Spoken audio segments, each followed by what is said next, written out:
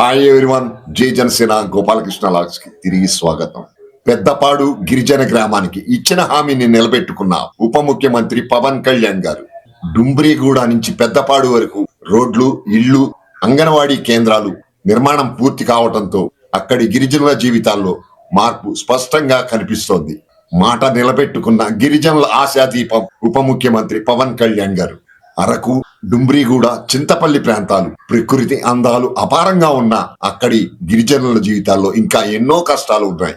అలాంటి పరిస్థితుల్లో పెద్దపాడు అనే ఒక చిన్న గిరిజన గ్రామం ఉప ముఖ్యమంత్రి పవన్ కళ్యాణ్ గారి పర్యటన తర్వాత మార్పు దిశగా అడుగులు వేసుకుంది.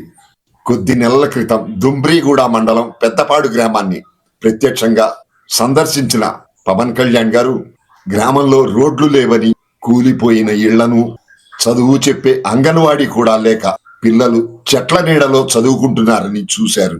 అప్పుడు ఆ గిరిజన ప్రజల మాట విని నేను ఈ సమస్యలు ప్రభుత్వం దగ్గరకు తీసుకువెళ్లి పరిష్కరిస్తాను అని ఒక హామీ ఇచ్చారు.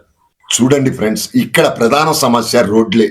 పర్వతాల మధ్య ఉండే ఈ పెద్దపాడుకి రవాణా ఆల్మోస్ట్ అసంభవం.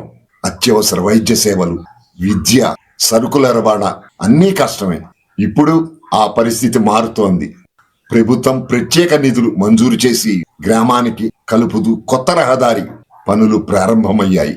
వర్షాల తర్వాత కూడా నిలబడేలా బలమైన నిర్మాణంతో రోడ్డును రూపొందిస్తున్నారు.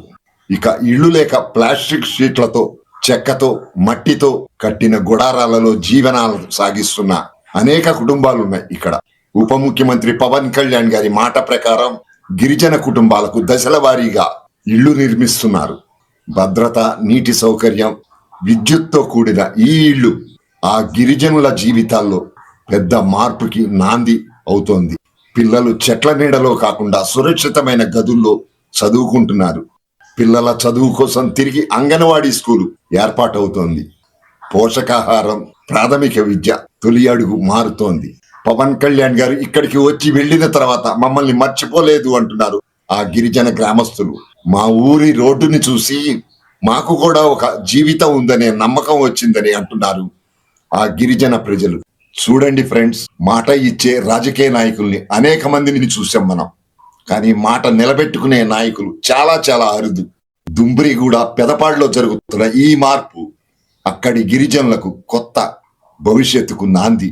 ఇది కేవలం ఒక గ్రామ కథ కాదు, వెనకబడిన వందలాది గిరిజన ప్రాంతాలకు ఒక ఆశాకిరణం.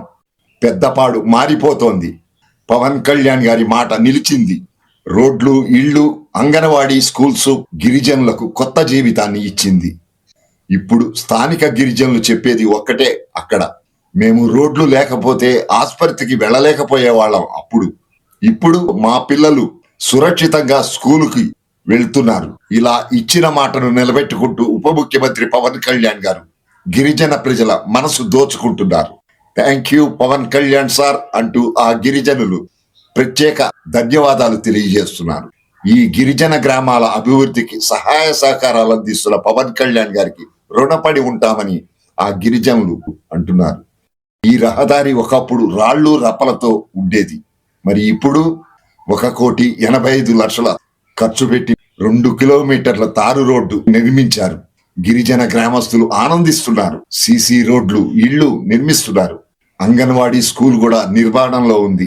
పవన్ కళ్యాణ్ గారు విజిట్ చేసినప్పుడు రహదారి లేకపోయింది. ఆ గిరిజనుల మాతృభాష పవన్ కళ్యాణ్ గారికి రాకపోయినా వాళ్ళ బాధలు అర్థం చేసుకు నెరవేర్చిన ఏకైక నాయకుడు ఎవరైనా ఉన్నారు అంటే పవన్ కళ్యాణ్ గారే. మరి స్వార్థం లేని నాయకుడు పవన్ కళ్యాణ్ గారు. ఈ గిరిజనులు ఎంతో మంది నాయకుల్ని, చాలా మంది ఎమ్మెల్యేలను చూశారు, పెద్ద పెద్ద మినిస్టర్ని కూడా చూశారు.